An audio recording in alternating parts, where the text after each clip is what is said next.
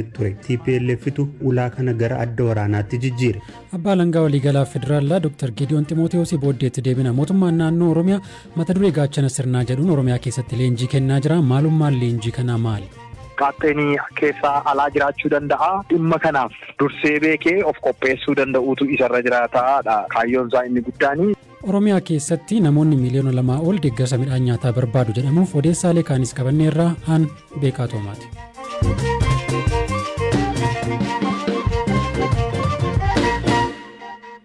Miidiyaan biyyaalessaa Itoophiyaa TV'n dhaabbanni gargaarsa Ameerikaa USAID biskuutii wanta sammuu namaa hadoochu yookiin humna dabalataa namaaf kennu keessa cuuphame loltoota TPLF'if dhiyeessaa jira jechuun gabaasni hojjete dogoggora ta'uu ministeera deetaa ministeera haajaa alaa Itoophiyaa ambaasaaddar Redwaan Hussein ibsan. Miidiyichi biskuutii annisa namaaf kennu USAID Tigraay keessatti haadholii fi daa'immaniif dhiyeessu loltoota TPLF harkatti argamu hordofeeti ka gabaasicha hojjete. Firaa'ol Balaay gabaasa dabalataa qabdi. Hoogganaan loltoota TPLF naannoo kibba Gondaritti raayyaa ittisa Itoophiyaadhaaf harka kenne Leetanaal Koroneel Gabrahiyoot Gabra'aalaaf biskuutii hashiishiidhaan makame qabatee argamee jedha gabaasichi. Akkasumas TPLF loltoota isaaf biskuutii sammuu namaa hadoochu akka kennuus waan mirkaneessudha jedha. Komishinariin Komishinii Hooggansa Sodaa Balaa Obbo Mitikkuu Kaasaa biskuutiin humna kennu kan harka loltuu kanarratti argame gargaarsi uummata Tigraayiif qaqqabuu malu loltoota TPLF waraanarra jiraniif kaayyoo isaa malee oolaa jiraachuu gabaasuma kanarratti himaniiru. Kana duras gareen TPLF akkasuma qoricha sammuu namaa hadoochu yeroo daddabarsu jalaa qabamaa ture jedha.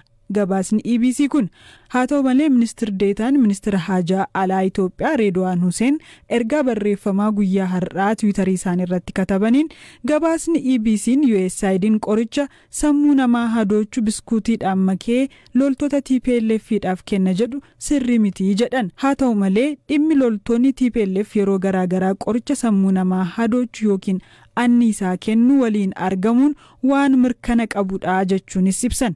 Dabaluunis gaaffin inni guddaan nyaatni yookiin biskuutiin kun akkamiin harka loltootaa irratti argamee kan jedhudha jedhan.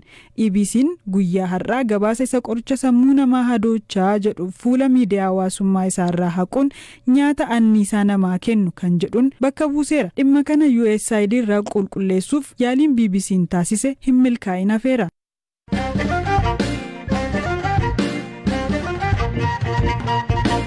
Gabaasa taanuun naannoo Oromiyaa godinaalee akka Arsii Lixaa, Gujii fi kanneen birootti namoonni miliyoona 2 ol ta'an deeggarsa midhaan nyaataa akka barbaadan komishiniin hooggansa sodaa balaa Oromiyaa ibseera. Namoonni kunneen sababoota garaagaraatiin kanneen hanqinni midhaan nyaataa isaan mudatedha jedha komishinichi. Maatii olaanaa hoogganaa tanaa komishinicha obbo Garramoo Liiqaa dubbiseera. Akka naannoo Oromiyaattis ji'oota jahan amma keessa jiru kana yeroo darbe qorannoo sooftiweeriidhaanis akkasumas immoo qaamaan argamuudhaan mirkaneeffachuun namoonni miliyoona 2 ol gargaarsa akka isaan barbaadan adda bahee isaan kun gargaaramaa jiru jechuudha. Yeroo baay'ee rakkoo adda addaa fakkeenyaaf sigiga lafaatiin otoo yaadamiin kan qaqqabu rakkoo nageenyaatiin namoonni gargaarsa barbaadan immoo adda bahee isaan kun fakkeenyaaf amma godina Gujii gara ummata 1,975 ta'an isaan adda bahanii gargaarsi akka gaafatamuu fi ta'ee gargaarsi sun qaqqabee akkasitti deeggaramaa jira. Kanneen biroo garuu gargaarsa jala kan jiran irra ala rakkoo nageenyaatiinis akkasumas uumamaanis kan dhufan immoo guyyaa guyyaatti hordofuudhaan gargaarsi iddootti barbaachisu hundaa akka qaqqabu ta'a jechuudha. Wanti guddaan maa'in akka Oromiyaatti nuti itti fayyadamaa jiru waan lamatu jira. Tokko uummanni uummataaf kan jedhu isa sanaaf fandii of eeggannoo dabalataan achitti hundaa'ee aanarratti godinarratti yeroo rakkoon hin jirre namni walitti qabe rakkoon akkasii ennaa dhufu immoo mana maree dhumachi jiruun murteessee dafee kenna. Uummanni illee immoo wal qaqqabuu fi rakkoo keessaa wal baasuuf wal deeggaruudhaan irratti hojjeta waan ta'eef haala kanaan gargaaramnaa. Kana hundarra darbee immoo dhaabbileen miti mootummaallee darbee immoo iddoo qaawwi jiru immoo isaan akka cufan isiniin akka deeggaran gochuu keessatti haala adda addaatiin uummanni kun akka rakkoof hin saaxilamne karaa guutuu ta'een itti hojjechaa jirra jechuudha. Tole. hanqina midhaan nyaataati namoota kana kan mudate tarii hanqinni midhaan nyaataa fi beelli immoo garaagarummaa qaba sadarkaa beelaa irratti naannoo Oromiyaa irra jira. Qorannoon nuti qorannee irratti hojjechaa jirrus ammas dabalataan ji'a jaha fuulduraaf illee qoratamee dhiyaatee jira. Beela otoo hin taane hanqina nyaataati. Oomisha ittaanutti hanga qaqqabutti rakkachuu danda'a. Lollisaa qullaadha. Kanaaf dafnee akka qaqqabnu rakkoon nyaataa mudachuu danda'a. Kallattii jedhuun irratti hojjetama malee rakkoon beelaa akka naannoo Oromiyaatti hanga yoonaa nu mudanne.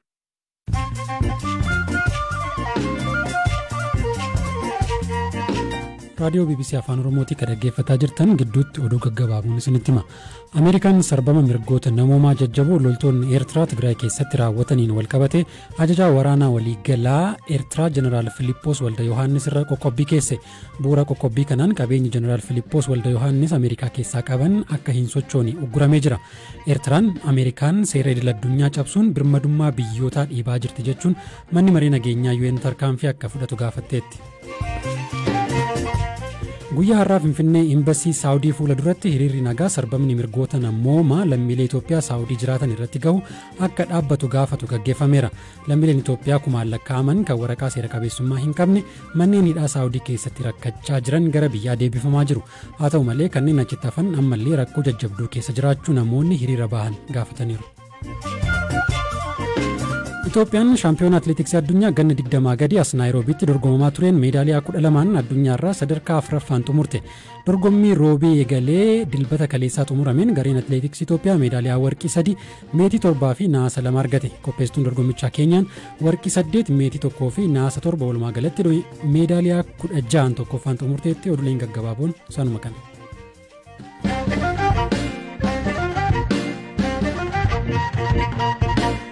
Oduu gaggabaaboo irraa yoo as deebinu naannoo Tigraayitti namoota rakkoo keessa jiran gargaarsa namoomaa dhaqqabsiisuun kan rakkisaa ta'eef sababa TPLF dhukaasa dhaabuu didee itti fufee fi jedhan abbaan alangaa waliigalaa federaalaa Dr. Geediyoon Ximootiyoos sagantaa BBC Hard Talk irratti kan dhiyaatan aanga'aan kun himannaa aanga'oonni TPLF mootummaan tajaajilawwan elektiriikii, telekoomii fi baankii dabalatee kanneen biroo ugguruun uummata Tigraay dararaa jira jechuun dhiyeessaniif deebii kennaniiru. When we declared the humanitarian unilateral ceasefire, wayita labsii dhukaasa dhaabuu gamtokkee labsinee turre gamaa faariin ulaa gargaarsa namoomaa banaa gooneet ture. Garee shororkeessaa TPLFtu waraana babal'isee ulaa kana gara adda waraanaatti jijjiire. Waa'ee elektiriikii fi tajaajilawwan bu'uuraa biroo kan ilaallatuun dhaabbileen tajaajilawwan kana kennan wayita sararawwan lola keessatti barbadaa'an suphuuf yaalanitti hojjettoonni isaanii hedduun Tigraay keessatti jala ajjeefamaniiru. Dhaabbileen kunneen mataan isaanii haleellaaf saaxilamanii jiru. Kanaaf haala amma jiruun osoo gareen shororkeessaa kun haleellaa raawwachaa jiru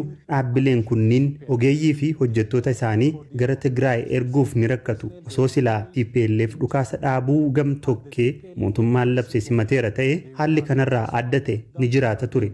at different circumstances. Gabaasa Amnesty International dhiyeenya baasee kan miidhaa saalqunnamtii loltoonni Itoophiyaa dubartoota Tigraay irratti raawwatan saaxile dabalate gabaasaalee sarbama mirgoota namoomaa mootummaan Itoophiyaa sirnaan ilaalaa akka jedhan Dr. Geediyoon loltoonni badiin irratti argamee itti murtaa'ee jiraachuu himu. We take all such allegations, all such reports seriously. Himannaawwanii fi gabaasawwan akkasii sirnaan ilaalla. Qorannoo ni raawwanna. Itti gaafatamummaan akka jiraatu gochuuf kutannoo qabna. Mootummaan Itoophiyaas sarbama mirgaa akka kanaa cal jedhee hin ilaalu. Akka amma dura ifa gochuuf yaalle qorannoowwan hedduu gooneerra. Qorannoowwan dabalataa karaa seera waraanaa fi seera siiviiliin qoratamaa jiranis jiru. Namni badiin irratti argame wayita argamu itti gaafatamummaan akka jiraatu tarkaanfii fudhanna. Loltoonni keenya badiin irratti argamee jiru. Hedduun isaanii mana murtii waraanaatti itti murtaa'ee jira. Dhugaadha. Gabaasawwan tokko tokko kan miira namaa akka kakaasutti qophaa'an jiru. Gariin guduunfaa baay'ee arbeeffamee fi hin mirkanaa'in irra gahaniiru. Garuu ammoo nuti namoota miidhamaniif xiyyeeffannaa kennina. Loltoonni keenya 30 ol hidhaa umurii guutuu dabalatee adabamanii jiru. Kanaaf gochi keenyayyuu ofii isaatiin ni dubbata. Our action speaks for itself. Mootummaan dhalattoota Tigraay sabaan adda baasuun hidhaa fi dararaa jiraa himannaan jedhu haala qabatamaa jiru hubachuu dhabuurraa kan madde ta'us Dr. Geediyoon Ximootiyoos ni dubbatu. The TPLF has legitimately been designated as a terrorist. TPLF haala seera qabeessa ta'een paarlaamaa keenyaan shororkeessaa jedhamee jira. Namni kamuu kan qaama kana deeggaru, meeshaa dhiyeessuu fi maallaqaan deeggaru itti gaafatamuu qaba. TPLF dhaabbata saba bu'uura godhachuun hundaa'e waan ta'eef deeggartoonni isaa, qondaaltonni isaa yookaan kanneen maallaqaan deeggaran irra hedduun hunda isaanii osoo hin taane hedduun isaanii saba tokkorraati. Kanaaf namoonni alaa tokko tokko kana hubachuu dhiisuu malu. Yaaddoon isaan qaban naaf gala. Garuu haala rakkisaa nuti keessatti sochoonu hubachuu qabu.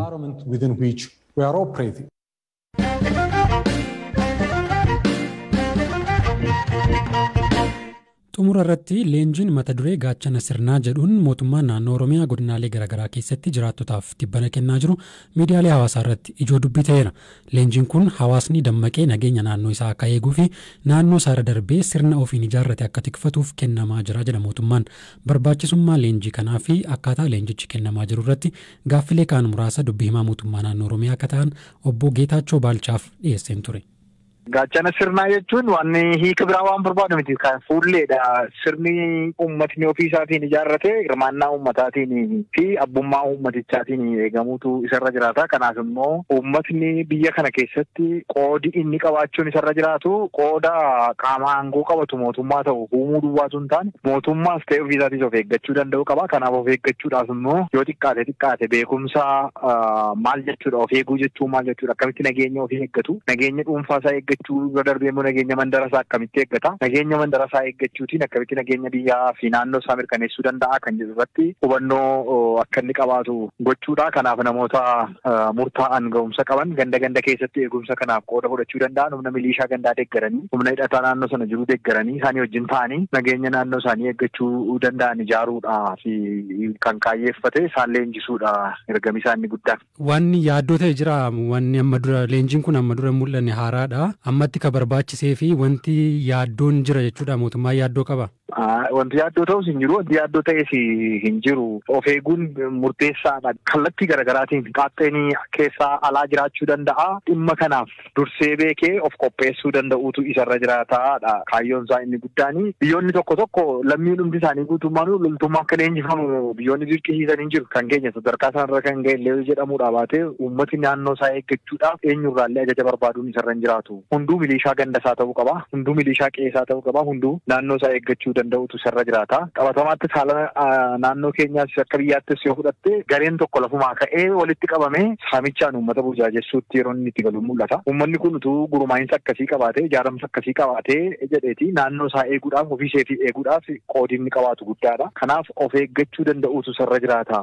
Kaayyoo jedhuun kan inni qabu. Asirratti obbo Geetaachoo amma hojii kana amma dura hojjetaa kan ture qaama nageenyaati, poolisii fi qaama nageenyaa bira. Amma qaamni nageenyaa hojii kana hojjechuu hin danda'u. Maaliif hojii kana gara uummataatti gadi buusuu barbaachisa? Hojjechaa jira ammas humna isaanii dabalatanii hojjechaa jiru malee humna sana bakka bu'a miti. Naannoo isaanii eeggachuu akka isaan danda'aniif humna dabalataa ijaaruudha. Hirmaannaa uummataa guutuu karaa mirkaneessuu danda'uun nageenya keenya eeggachuu qabna. Humna keenya guutuun misoomatti galuuf. Kanaaf leenjiin hubannoo qabaachuun dirqama waan ta'uuf jechuudha. Kabiraa akka leenjiin kun itti kennamu yaada adda addaa kaasaa jira. Fakkeenyaaf haadholiin naxalaa uffatanii shaashii hidhatanii yeroo lafarra foqoqan waan adda addaa argina. Marsaalee hawaasaa irratti suuraaleen adda addaa ba'anii kuni sirriidha waan akkana. Teeknika isaa hin beeku. Teeknika isaa akka ittiin qabannee eenyu akkamitti leenjifamaa, leenjicha akkamitti kennamaa, leenjiin hin kennama. Leenjiin kun kan kennamu humna nageenyaatiin jechuudha, poolisiidhaan kan inni kennamu. Teekniki isaa akkamitti kennamaa waan amma kaastee odeeffannoo akkasittiin qaban. Mooroof kan barbaadamu namni hundumtuu waa'ee dhimma naannoo isaa irratti beekumsa wal fakkaatu qabaatee nageenya isaa akka eeggatuu fi leenjiin kennamu malee hagas mara daangaa kan darbe leenjii loltummaa miti. Bakka adda ta'etti garuu dargaggeessi kophaatti kan leenjifame namooti leenjifamanii kanaaf dursa qooda fudhachuu danda'an jedhameeti kan adda ba'e malee amma hundumaa walitti qabanii bifa mataa kaastu kanaan dubartiin qabashii uffattee maal jettu kanaan akkasittiin wanti yaadamu jira jedhee namanu garuu odeeffannoo akkasitti akka xiqqaabtaatti hin qabu. Sagantaa raadiyoo BBC Afaan Oromoo galgala har'aa sumarratti goolabaa kanneen dhaggeeffataa turtan hunda keessaniin galatoomaa isiniin jenna. Odeeffannoowwan dabalataa marsariitii keenyaa fi fuula feesbuukii keenya irraa argachuu dandeessu. Bor sagantaa wal fakkaataan walitti deebina. Nagaan bulaa.